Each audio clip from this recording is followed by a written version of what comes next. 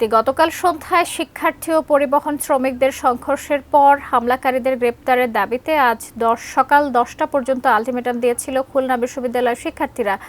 এখনকার সবশেষ তথ্য নিয়ে সোনাডাঙ্গা বাস টার্মিনাল থেকে সরাসরি যুক্ত হচ্ছেন খুলনা বিভাগীয় প্রতিনিধি মোহাম্মদ অসীম। অসীম, এই যে শিক্ষার্থীরা সকাল 10টা পর্যন্ত আলটিমেটাম দিয়েছে, এই বিষয়ে বিস্তারিত জানাবেন।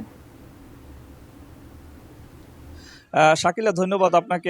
জানিয়ে রাখি, যেখান থেকে ঘটনার সূত্রপাত অর্থাৎ গোপালগঞ্জ থেকে গতকাল বিকেলে রাজীব পরিবহনে একটি গাড়ি খুলনার উদ্দেশ্যে আসতেছিল। ওই গাড়িতেই একজন খুলনা বিশ্ববিদ্যালয়ের শিক্ষার্থী ছিলেন। শিক্ষার্থীকে বাসে সিট বরাদ্দ নিয়ে এই ঘটনার সূত্রপাত হয়। শিক্ষার্থীকে খুলনা যে বাস টার্মিনাল রয়েছে, এই বাস টার্মিনালে এনে বাস শ্রমিকরা মারধর করে। এই মারধরের জেরেই কিন্তু খুলনা বিশ্ববিদ্যালয়ের শিক্ষার্থীরা থানা এবং বাস টার্মিনালে অবরোধ এবং বিক্ষোভ করে। সেখান থেকে প্রায় 4.5 ঘন্টা বিক্ষোভ এবং সংঘর্ষ অর্থাৎ শ্রমিক এবং শিক্ষার্থীদের মধ্যে দফায় দফায় ধাওয়া পাল্টা দেওয়া হয়। তারপরে রাত 9:30টার দিকে শিক্ষার্থীরা 3 দফা দাবি দিয়ে, অর্থাৎ সকাল 10টার মধ্যে তাদের এই 3 দফা দাবি মেনে না হলে পরবর্তী কর্মসূচি দেবে।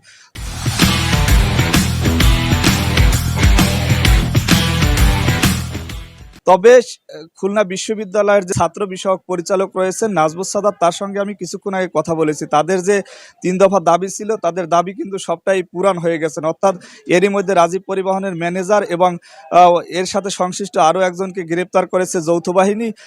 একই সাথে খুলনা বিশ্ববিদ্যালয় থেকে একটি মামলার করবে কিছুক্ষণের মধ্যেই, আমাদের যেমনটা জানিয়েছেন। একই সাথে আপনাকে জানিয়ে রাখি যে যেই পুলিশ কর্মকর্তাদের বিরুদ্ধে শিক্ষার্থীরা অভিযোগ এনেছিল, সেই পুলিশ কর্মকর্তাকেও ইতিমধ্যেই সেই পুলিশ কর্মকর্তার বিরুদ্ধে ব্যবস্থা নেওয়া হয়েছে। তাকে এখান থেকে সরিয়ে অন্যত্র নেওয়া হয়েছে। অর্থাৎ খুলনা বিশ্ববিদ্যালয়ের শিক্ষার্থীদের যে সমস্ত দাবি দেওয়া ছিল তার প্রায়টাই পূর্ণ হয়ে গেছে। সে কারণে তাদের মধ্যে আর তেমন ধরনের কোনো ক্ষোভ নেই।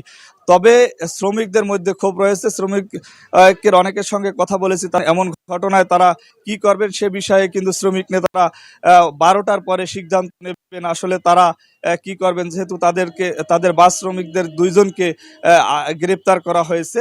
এই বিষয়গুলোকে সব বিষয় আমাদের জানার জন্য অপেক্ষা করতে হবে দুপুর 12টা থেকে 1টা পর্যন্ত। আমার কাছে সব মিলিয়ে এই ছিল শাকিলা, খুলনা সোনাডাঙ্গার বাস টার্মিনাল থেকে শিক্ষার্থী এবং শ্রমিকদের সংঘর্ষ এবং ধাওয়া পাল্টা দেওয়া এবং অন্যান্য যে বিষয় রয়েছে তার সর্বশেষ খবর।